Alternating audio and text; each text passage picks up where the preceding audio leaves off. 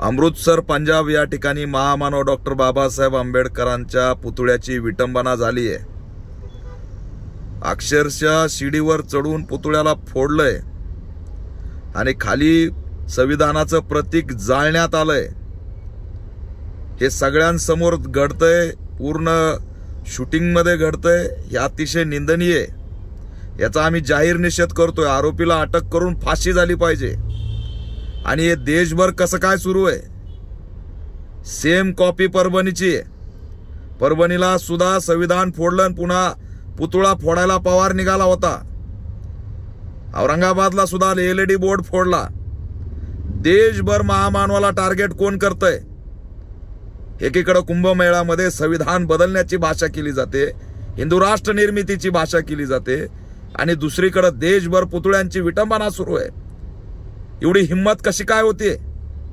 हे कोण देशव्यापी अजेंडा राबवतोय हा प्रश्न मी केंद्र सरकारला विचारतोय।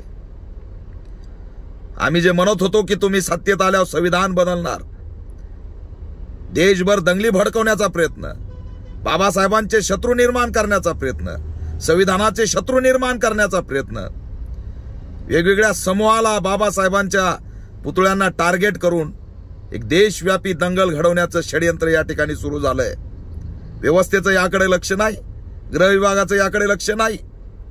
खुलेआम हिंदू राष्ट्र संविधान घोषित करणार म्हणून 3 तारखेला अमर उजालामध्ये बातमी आली। का कोणता मंडलेश्वर अटक झाला नाही? का आतंकवादी म्हणून, देशद्रोही म्हणून त्यांना ताब्यात घेतलं नाही? का त्यांना गोळ्या झाडल्या नाहीत? संविधान बदलण्याची भाषा, संविधान निर्माण करण्याची भाषा, धर्माचं राष्ट्र निर्माण करण्याची भाषा हा आतंकवाद नाही तर काय? हे आतंकी नाहीत तर कोण आहेत? या अमृतसरच्या प्रकरणातल्या आरोपीला फाशी झाली पाहिजे, त्याला अटक झाली पाहिजे। आणि महाराष्ट्रातल्या, देशातल्या सर्व पुतळ्यांना तात्काळ सुरक्षा दिली पाहिजे। संविधान बदलण्याची भाषा करणारे, धर्मराष्ट्र निर्माण करण्याची भाषा करणारे, 3 फेब्रुवारीला धर्माचं संविधान मांडतो म्हणून ज्यांनी काही बातम्या दिल्यात त्यांना अटक झाली पाहिजे।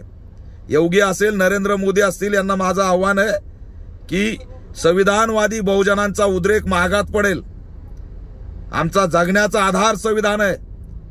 बाबासाहेब आमचा बाप आहे। माणूस म्हणून जगण्याचा अधिकार आमच्या बापाने आम्हाला दिला, हे आम्ही खपून घेणार नाहीत। आमच्या बापाची विटंबना, संविधानाची विटंबना नरेंद्र मोदी महागात पडेल। हे कुणाच्या नेतृत्वात सुरू आहे हे आम्हाला माहित आहे। तर कुणीही या ठिकाणी आरोपीला पाठीशी घालण्याचा प्रयत्न केला तर आम्ही शांत बसणार नाहीत। आरोपी अटक झाला पाहिजे, फाशी झाली पाहिजे। मग सोपान पवारला सुद्धा फाशी झाली पाहिजे, ही सुद्धा आमची या ठिकाणी मागणी आहे।